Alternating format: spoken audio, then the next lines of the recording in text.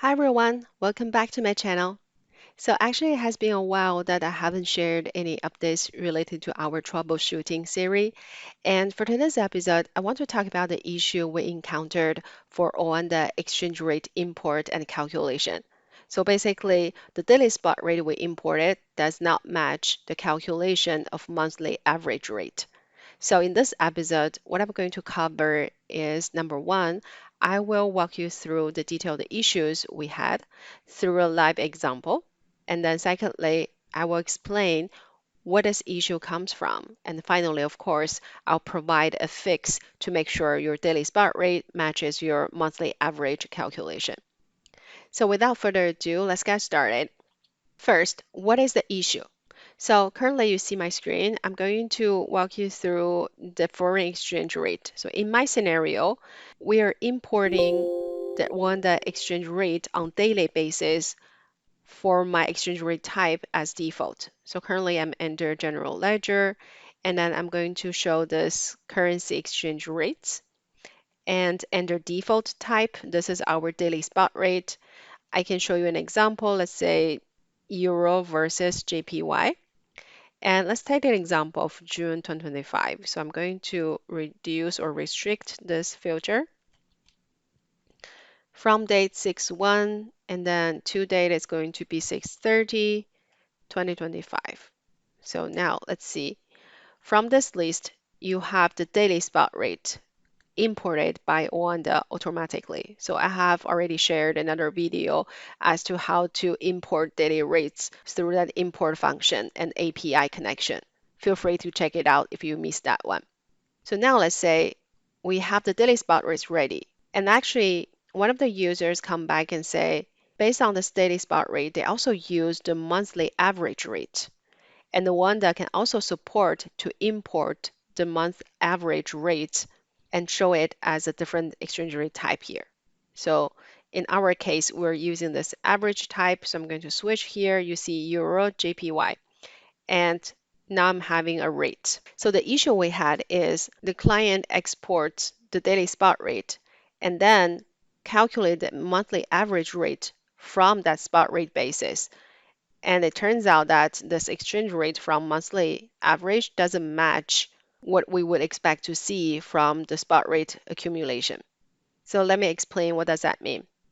Let's go back first to the default rate. That's our daily spot rate. And we have this Euro JPY.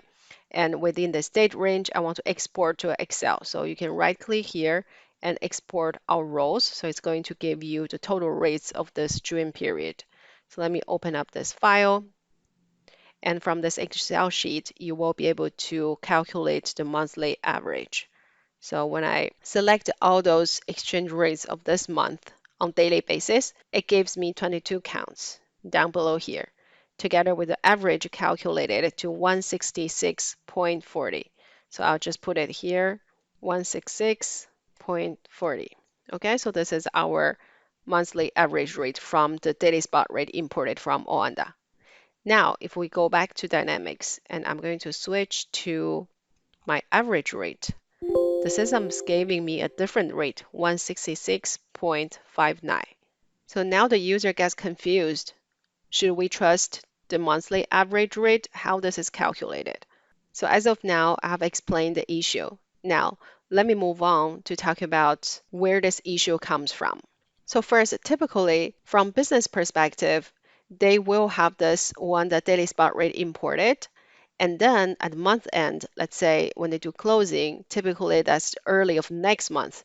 So let's say we do June closing and they will need this monthly average rate early July, let's say the 1st of July. So what they do is to have the total of June daily rates and divide it by the number of days, that gives the average. Straightforward, right? But the issue here is actually the discrepancy or criteria you set up for the daily rate and average rate.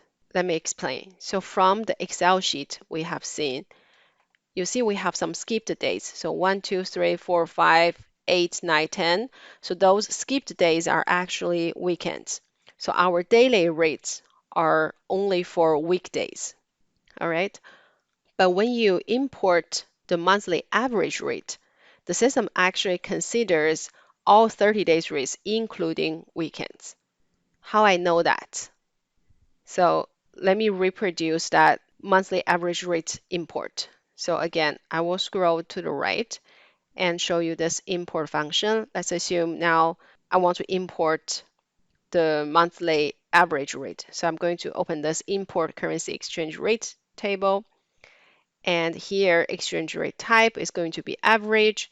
The provider is OANDA rates, import as of. So for monthly average rate, you need to give a data range. By the way, the system cannot generate it through a batch job on monthly basis automatically for you. So the user has to come here to define the state range. Because this is monthly basis, the system will not update to July automatically, right? So now we define a state range 61, 630. And here, actually, that's the decision factor that the system does price in all the weekend rates as well for the monthly average rate calculation.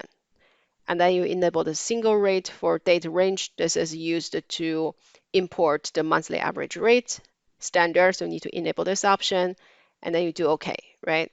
So this is obvious that from the monthly average perspective, the system does include the weekend rates. And then on the daily spot rate, when I open up this again, import exchange rate type, and then if I do this daily default rate type, you don't need the date range, you just do today's date.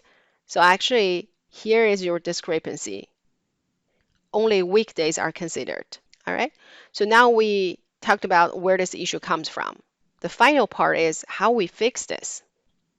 So based on our explanation previously, now we have discrepancy in terms of weekend or weekdays. Since monthly average rate is fixed, it will consider weekends. Now, you will need to align your daily spot rate to include the weekends as well. That way the user doesn't get confused, right? When you export from the daily spot rate to calculate the monthly average is going to match. So to do that, we can actually adjust from the batch job, not from here, not from this import currency exchange rate type here, because you don't have any options or toggles to do that. But from batch job side, you can definitely include the weekends. So how we do that is you can search for batch jobs, and it's going to bring you to the batch job pages with all the batch jobs planned, run already, or waiting. So let's give a second to get to that page, and then we can filter out to find our current currency exchange rate import batch job. Okay, and from here, actually you can filter out on this job description currency. So I have done this previously, so that's why this filter is there already. And when you apply this, you can find directly this batch job import currency exchange rates. This is our daily spot rates import batch job. All right. And to check the recurrence, so you can directly go here, recurrence, and that brings you to the details of this batch job. Start date, what's the time zone, and what's the end date. Currently, we have no end date. That's good. And we ask the system to import the rate on daily basis. This is good as well. And here you see we enable this every weekday option. So that's why the weekend rates are not included. So to fix that issue, you can just disable this or just say repeat after a specific interval. That means every 1 day the system will repeat it. So weekend rates will also be imported. Once you do that, you just do OK, and your issue is fixed. The next time when you export your daily spot rates, it will contain weekend rates, and when you calculate the monthly average from that, you will have to match the result from what OANDA gives you.